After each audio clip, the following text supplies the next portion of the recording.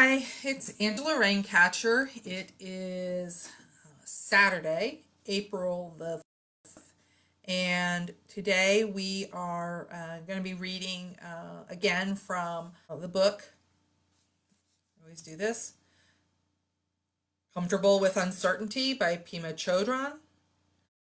I'll just dive right on in. So, chapter 9 today is called No Such Thing as a True Story. By weaving our opinions, prejudices, and strategies and emotions into a solid reality, we try to make a big deal out of ourselves, out of our pain, out of our problems. But things are not as solid, predictable, and seamless as they appear. In sitting meditation, our practice is to watch our thoughts arise, label them thinking, and return to the breath. If we are trying to find the beginning, middle, and end of each thought, we'd soon discover that there is no such thing.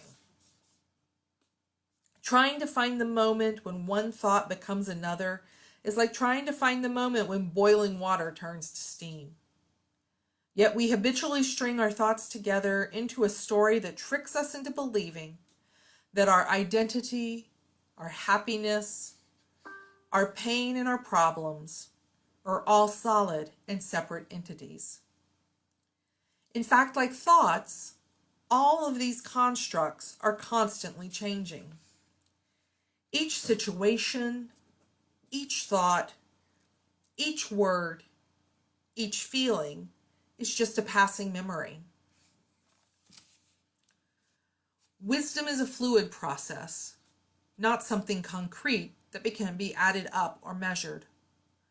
The warrior bodhisattva trains with the attitude that everything is a dream.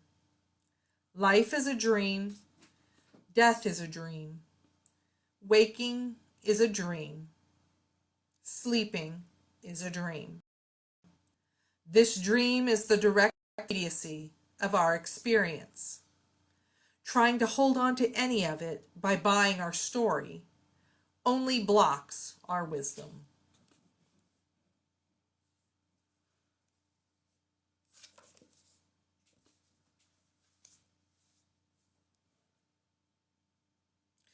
And of course, the first thing that ran through my head was the song lyrics. Life can be a dream, sweetheart.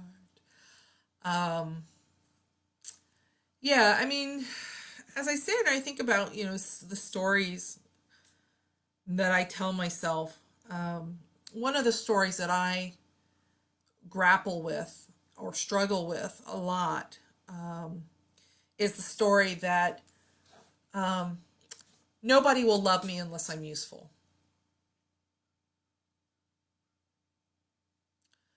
And that if I'm no longer useful, that I will lose all the connections of friends and families that I have.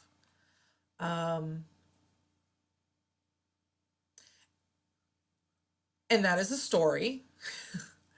The reason I say I struggle with it is because it's a story that I have to work to believe is not true. And so all of us have stories that we tell ourselves. So some of these stories are, I'm the best there is. Some of us tell ourselves that we're not very good. But this practice that we've undertaken with reading this book and thinking about the teachings in this book,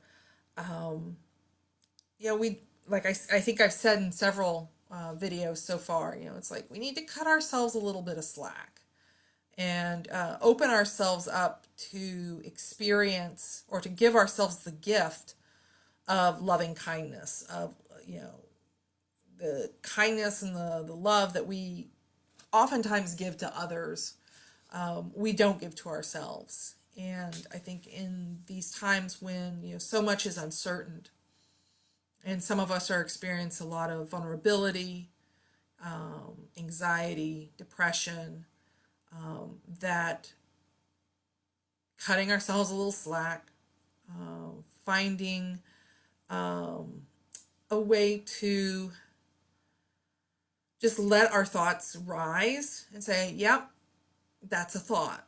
Yep, I'm thinking that thought.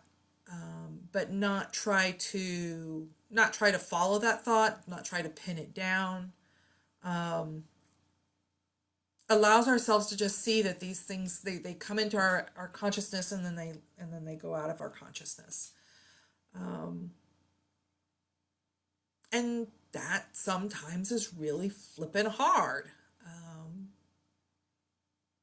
Especially if it's a thought that has a lot of emotional energy behind it. It can be really difficult. But that is why we practice. You know, we wouldn't be practicing if it was easy. So anyway, one of the things that I want to practice is opening my own heart, giving myself the gift of loving kindness, and connecting with you all. And just as I say, you know, I love you. I see you. And I am here for you and for me. Um, I do want to just ask if you are enjoying, you know, these times together. Please do subscribe to my YouTube channel, Angela Raincatcher. Um, and if you want to, if you have any thoughts about anything that I've said in any of these videos, you know, please feel free to comment either here on Facebook or on YouTube. I'd love to hear from you.